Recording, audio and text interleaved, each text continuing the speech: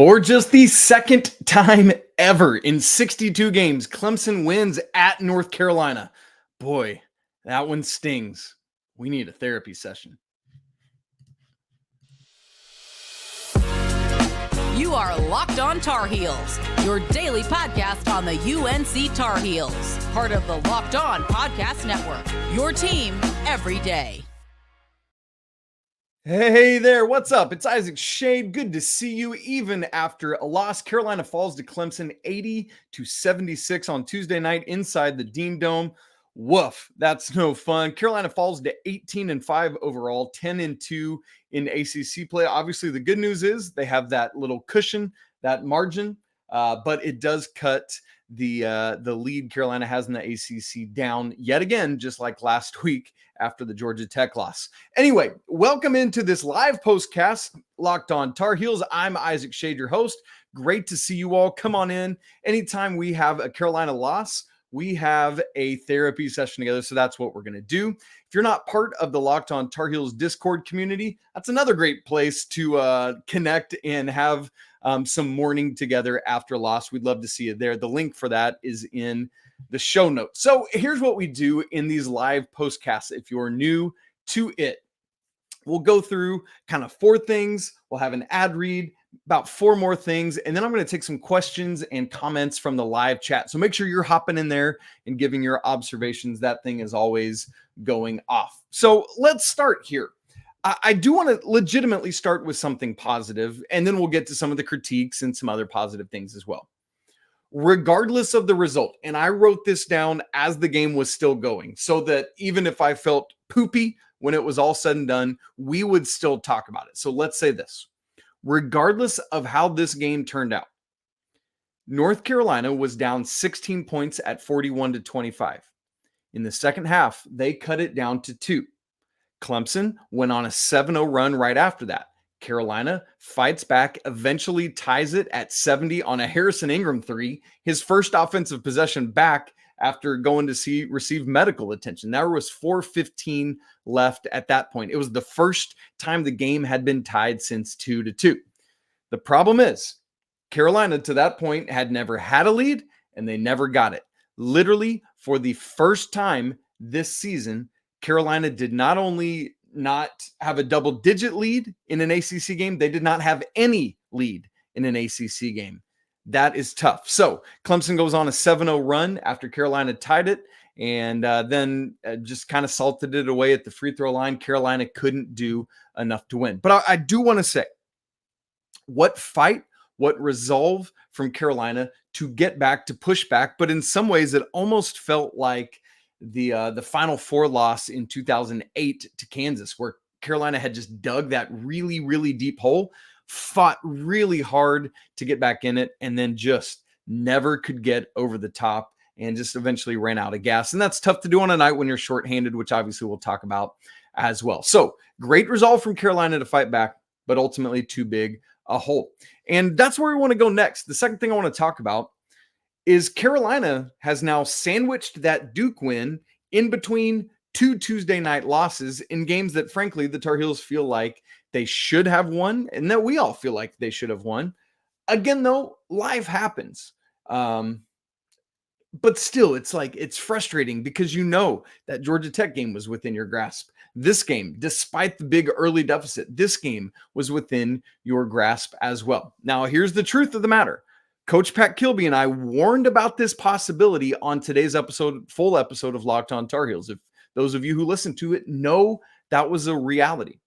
We discussed, hey, what's going to happen tonight when a desperate Clemson team that has lost 6 of their last 9 comes into this game against a Carolina team working to refocus following Saturday's emotionally and physically taxing win over Duke. And you saw the result of it. Clemson gets out to this quick lead. I mean, it was double-digit deficit for the Tar Heels before you knew what happened. It was wild. Both teams got a bucket on their first possession, and then Clemson, if I remember correctly, I'll have to go put all the notes together for tomorrow's full show. If I remember correctly, Clemson hit 7 of their first 8 shots, and I believe 3 of those were threes. And Carolina just wasn't ready for that smoke. And so then before you knew what hit you, you're out of the game and you're playing catch up then literally the entire rest of the game. And it's one of those where just kind of the clock ran out before Carolina could get over the hump. And so that is what it is. Because Coach Pack and I also asked the question, all right, so what happens if Clemson punches Carolina in the face? How do they respond to that? And Carolina did respond. But here's the good thing. If you're Clemson, man, they just kept punching, kept fighting, and every push Carolina gave them, they responded in some way. Tough to swallow for us, but really good for Clemson. Now, part of why Carolina was not ever able to get over the hump is what I want to go to third. And that was Clemson's offensive rebounding and second chance points down the stretch. Man, this hurt Carolina in a big way. I mean, the Tar Heels, it just felt like would do a great job of getting that first stop against Clemson and then couldn't do anything the rest of the way. I don't know if you felt that way, but man, it felt that way to me. Now, here's what's funny. When you look at the final box score, Clemson actually only had one more second chance point than did the Tar Heels. It was, sorry, let me get back to the box score here. It was, 13 second chance points for Clemson and 12 for the Tar Heels. And so that doesn't feel like, to the eyeball test that we just witnessed, there was a much bigger margin. But here's why it felt that way.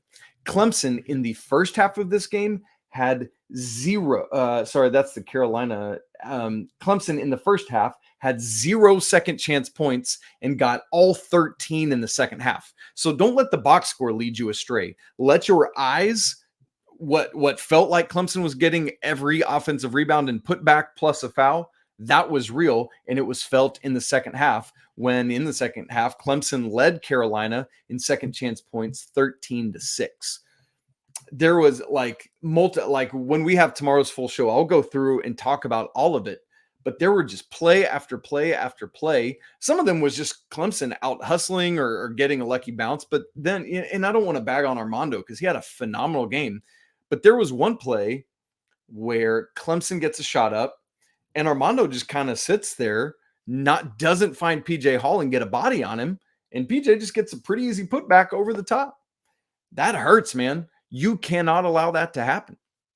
And the Tar Heels just did over and over and over again. So kudos to Clemson for doing those things. But Carolina has to end every defensive possession with a rebound. And I mean, I know the opposition's going to get those here and there, but Carolina in the second half did not do a good enough job stopping Clemson getting to the offensive glass. That's got to improve. And I thought, frankly, in the second half, if Carolina even cuts those in half, the Tar Heels win this basketball game. That to me was a critical key of the second half. Another key, this is the fourth thing, and then we'll take our break and then get to some more observations as well. Number 4, we learned just before tip-off, like in the 30 minutes before the game tipped, that Seth Trimble was going to be unavailable for this game. As is the case now, we don't get much specificity with injury news. It's usually just upper body or lower body. So as we record this, we still only know that it was an upper body injury suffered in practice on Monday. I'm sure Coach Davis in the post-game presser will talk about it, but we like to get to these live postcasts as quickly as possible. So I'm sure he'll talk about it, and then we'll be able to discuss that more in detail, hopefully some sort of timeline for how long Seth is out on tomorrow's full show. But I bring it up in this context to say it was clearly missing for Carolina. They missed their sixth man in a big way in this game. And we'll talk after the second about the guys who stepped in and did, frankly, an admirable job of that. But nobody on this team does the same things Seth Trimble does. He just brings a versatility and athleticism that Carolina was clearly missing in this game. And look, that just is what it is, right? Like, that's sports. Sometimes you're going to have to deal with that kind of adversity, and then you're going to have to get back on the horse and figure out, like, other guys are going to have to step up and make plays. That is sports. That is athletics. So I don't want to hear us bemoaning and whining. We've faced teams all year that have guys missing or out. But hear me saying that it really critically hurt Carolina to not have Seth's ability to guard Joe Girard, who had a great night shooting for Clemson. I mean, we talked about like, hey, there's no way Clemson's going to go 1 of 18 from 3 again. And they didn't. They went 11 for 31. Big difference. Joe Girard was 5 of 10 by himself from 3. That hurts Carolina in a big way. Seth Trimble would have had something to say about that. Seth Trimble would have had something to say about some finishes at the rim or getting out in transition. Carolina missed their athletic 6-man doing all the various things that he does. All right, I want to talk about Carolina's turnovers. I want to talk about the guys that filled in for Seth Trimble and the job they did. And we'll get to all those things in just a second. But first, I need to tell you that this bonus episode is brought to you by FanDuel. Hey, happy Super Bowl week to all who celebrate from FanDuel, America's #1 sportsbook. If you're like me, Super Bowl Sunday is all about scoring the best seat on the couch, grabbing your favorite football snacks, and then placing some super bets. FanDuel has a bunch of different ways for you to end the season with a W. Not only can you bet on who will win the game, the 49ers, by the way, are favored by 2.5, but FanDuel also has bets for which players will score a touchdown, how many points will be scored, and so much more. New customers, join today and you'll get $200 in bonus bets if your first bet of $5 or more wins. Just visit FanDuel.com/locked-on to sign up. Again, that's FanDuel.com/locked-on. Make every moment more with FanDuel, an official sportsbook partner of the NFL. All right, now as we keep going on things, I'm going to add our box score from the game so that you can see it. If you're watching, if you're listening later, you can pull up a box score maybe as you listen. Unless you're driving, don't do that. That's unsafe. All right, let's get into talking about first the guys that came in for Seth Trimble, because again, they did perform admirably. Let me go to the box score and just read off some of what happened. Paxson Wojcik in this game finishes with 7 points, 2 of 4 shooting, hit a big 3 in the first half, maybe the most confident shot I've seen him take in a good while. 2 of 4 from the free throw line. How about this? 6 rebounds for Paxson Wojcik. Great stuff there. Had an assist and a steal. And where is our guy Zayden High? Didn't play a ton of minutes, just 5 for Zayden, but finished with 3 points, had a nice tip in, had a steal, 2 rebounds, and critically, 0 turnovers for him. Same with Paxson Wojcik, 0 turnovers. And so really good stuff there. And it was interesting. Paxson was the one that was the biggest beneficiary in terms of minutes played of Seth's. Paxson played 22 minutes of this game. Jalen Washington, 13. What was really surprising to me, quite frankly, my gut reaction, and I'm curious if you felt the same, I thought that Jalen Withers would be the one to take. I know he's a forward and Seth is a guard, but still the athleticism exchange that you get, again, all due respect to Paxson Wojcik, he is not the athlete. He doesn't add things in the way that Seth Trimble does. And so I know you need a guard coming in. I just figured because of the athleticism that Jay Witt brings, similar to Seth, that we'd see a lot more of that. And we didn't. Now, all that to say, again, really nice job from these guys, Paxson Wojcik in particular, just being ready when their number was called, when they needed to step up, they did. Paxson Wojcik was aggressive. He attacked the lane, got to the free throw line a couple times. Really good stuff. And it was at critical moments, right? He had a really good cut and layup, a great pass from Cormac to him to cut it to 56-53. Then on Carolina's next possession, somewhere in there, he attacked, got to the free throw line, cut it to 56-54. So not only did Paxson have an impact, but it was at some critical moments in this game. Here's the thing. That is so helpful and important going forward. I promise you this. There are going to be other moments this season when these Tar Heels will need Paxson Wojcik to show up. And he showed tonight that he is willing and able to do so. Is he the same player Seth Trimble is? No. But does he have a lot of college basketball experience? Is he have an IQ that's high enough? Is he savvy enough to step in and do some things? Yes. And when his number's called, he'll come in and be ready. All right, next thing I want to mention is Armando Bacot.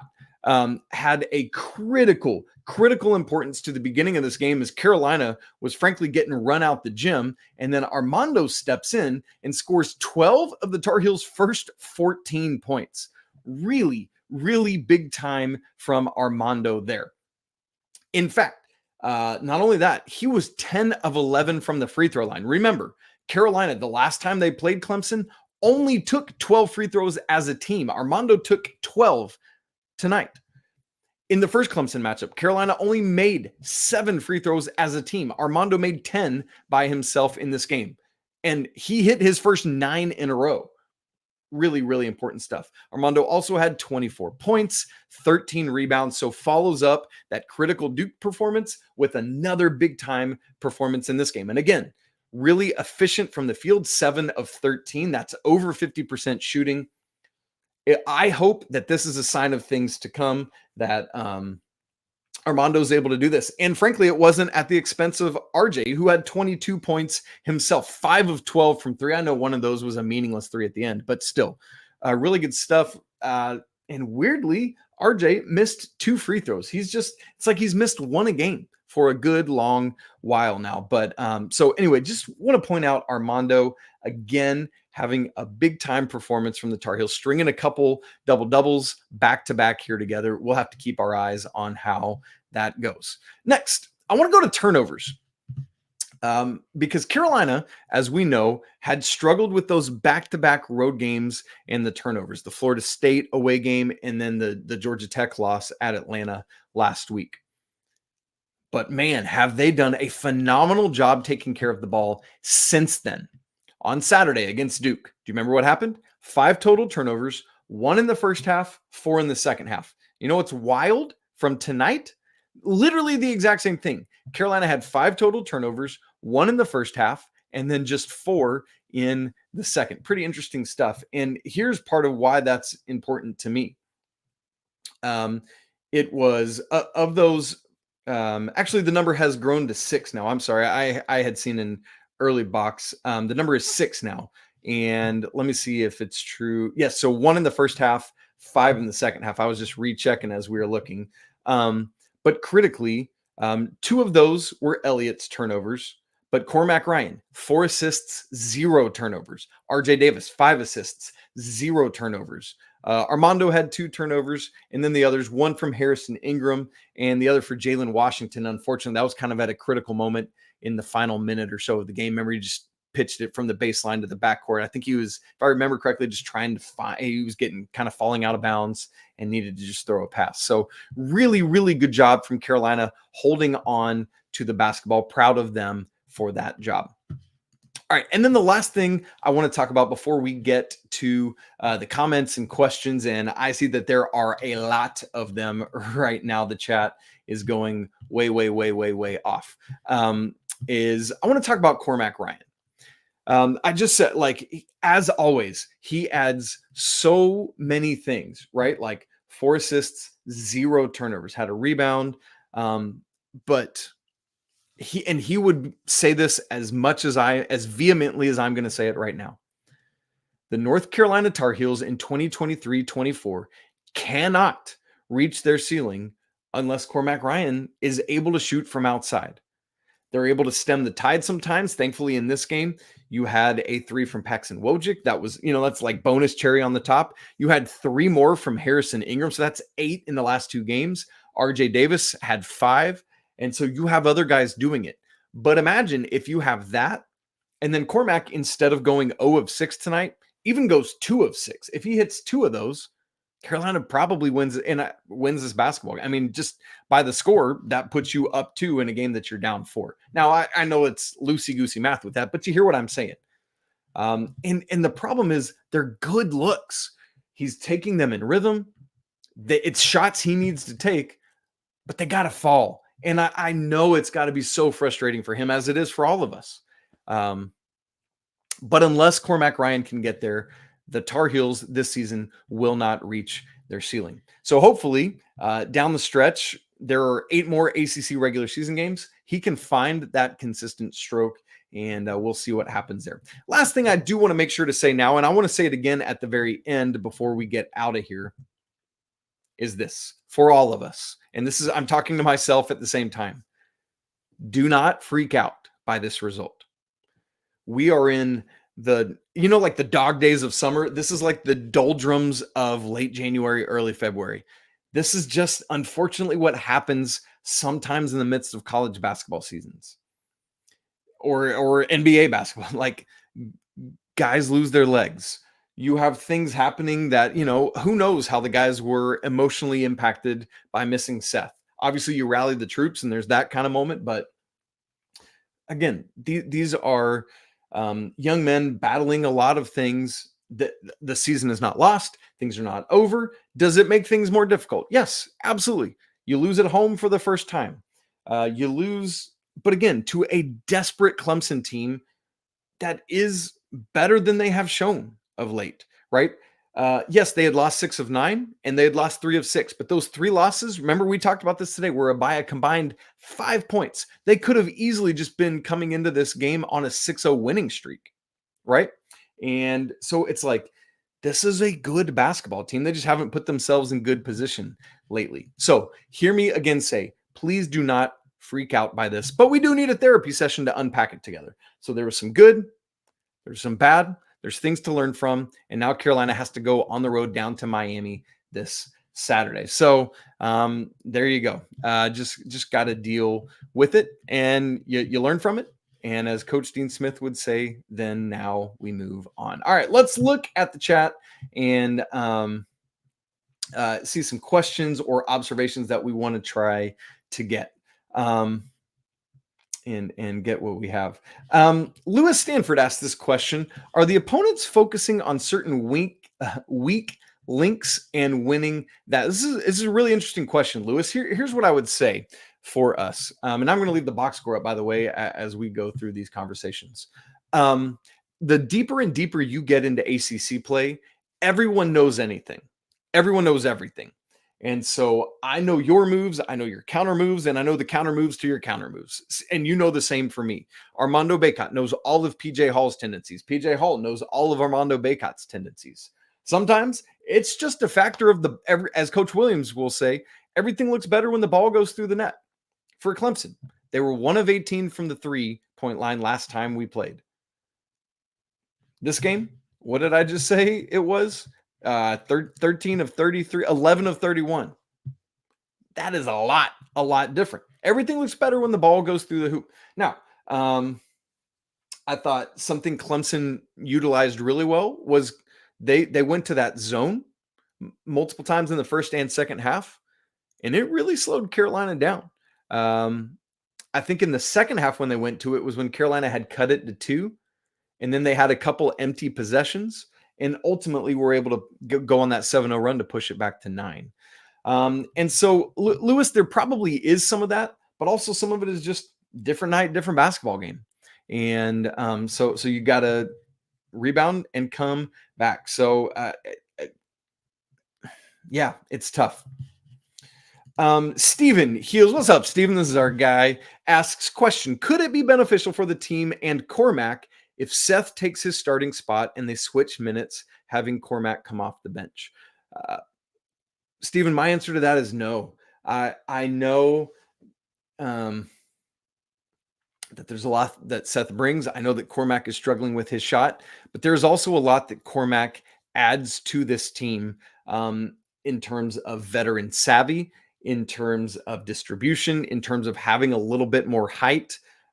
Because again, and RJ and Elliott have shown the ability to handle their lack of size well. But if you take, in addition to RJ and Elliott being 6 foot and 6'1", if you also take your 6'5" small forward off and exchange him for a 6'3" guy, you can mix that in the midst of the game, and it's great depending on lineups.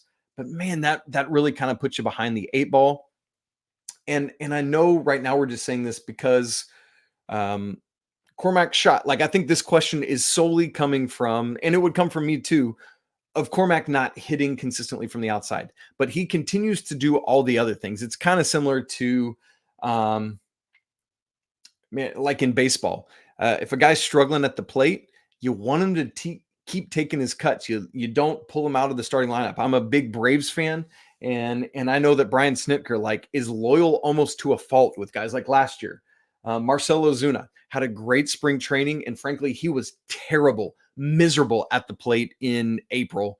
And then he just went on a tear and was one of the best DHs in all of baseball last year because Snitker let him work out of it. Now, I don't know what's going to happen to Cormac Ryan down the stretch of this season. I'm not saying he's going to get on fire from 3, but I think that Coach Davis really wants to stick with him. I think that Coach Davis really likes the energy and defense and athleticism that Seth brings off the bench to kind of switch some of that. So, Stephen, ultimately, I think it is worth taking a look at, right? Like, it's always worth considering stuff like this, but ultimately, I think the answer is going to be no for that. All right. Let's keep looking for some more observations and questions from you. Scrolling down through looking for some other stuff. 400 Bones. We kind of talked about this sentiment a little bit ago, but I want to say it again. Own the loss and move forward and don't look back. Get better. This isn't exactly quoting Coach Dean Smith, but it is that kind of thing. Rather than sulking because of this, rather than blaming other people or the other team or the refs or whatever, which thankfully Carolina actually got a couple calls tonight. What do you know? We'll take it. It just happens. So, but this is what you do. You look at yourself in the mirror and you say, where could I have been better tonight? You look at your teammates in the face and say, where could we have been better tonight? You have to own that accountability. That's a critical part. And because of the chemistry this team has, they're going to be able to do that. And so now you have to, as 400 Bones says here, own it and you move forward. But then you goldfish it, as Ted Lasso would say. You don't look back. You just look ahead to Miami on Saturday. They are stinging coming off that 38-point performance on Monday night against Virginia. And they're going to be rearing to go down in Coral Gables, which is going to be yet another tough game for Carolina. And so just got to be ready to go with that. Jake asks, how many freaking layups did UNC miss? Jake, I'll tell you, let me get into the box score here. Home stats, layups, 10 of 22. So Carolina was under 50% on layups in this game, missed 12 of them. Folks, that ain't good. When you get to the rim, you need to hit those shots. And it's tough. So that's a great observation there from Jake. Just want to, that's a great point from him. Let's keep scrolling down here to get a few other observations and questions from you guys. Rob M says it. Look, we've avoided the injuries so far. One of the reasons we have played so well, hope it doesn't catch up to us. Look, there are always nicks and cuts and bruises. But yeah, I agree. Prior to Trimble being out, Carolina, knock on all the wood that you have anywhere around you. Has been able to avoid this injury bug for most of this season. And I'm not going to name names because I don't want to jinx them, but guys that have missed games in previous seasons did not this far this season. And so just got to kind of deal with that. So there it is. Shadow Computing says, am I being paranoid to think that a major midseason collapse is coming down the pike? Yes. This team is too experienced. They have too much talent. They have too much chemistry to fall apart. Because Shadow Computing, the reason to me that this happens, that you get mid-season letdowns or collapses from teams, is because things look good on the surface, but they're not connected enough together to be able to withstand a loss of this nature or the loss at Georgia Tech last week. Because of this team's connectivity, because of their experience, because of their willingness to hold together and play for one another and the name on the front of the shirt, I'm not concerned about that. Now, Shadow Computing, that doesn't mean they're not going to lose again. They very well could, and they very well will. I'm just going to tell you, there will be at least one more ACC loss this season. But one of the things we need to recognize is that this is just what happens in the course of a season. Remember UConn last year? there was a stretch in from New Year's Eve, I'm looking at their schedule, through January 25th, where they lost 6 of 8. 6 of 8. And then they turned it on, basically February on, they were rocking and rolling again. So this could just be a 2 games out of 3 skid. It could have a couple more. But yeah, shadow computing, to your question, I think it is a paranoid thing. So I myself am not concerned about that. If you want to be, totally understand that. But it is not something that we should be concerned with going forward long term. All right, we're getting up to 30 minutes here, so let me just take maybe 1 or 2 more, and then we'll get out of here. And if there's other questions, I will look to address them on Wednesday show. Garrett Clemens says, Withers has done nothing past few games. Correct me if I'm wrong. Yeah, unfortunately for Jalen Withers, his minutes have come way down. And I don't, obviously, because we're not in practice, I don't know if it's an issue of what he's been doing or frankly not doing in practice. I don't know where that's coming from. If he has been less involved when he has been in. Obviously, the numbers have been down. The minutes have been down. I'm pulling up his game log as we talk here. In the last several games, not including tonight,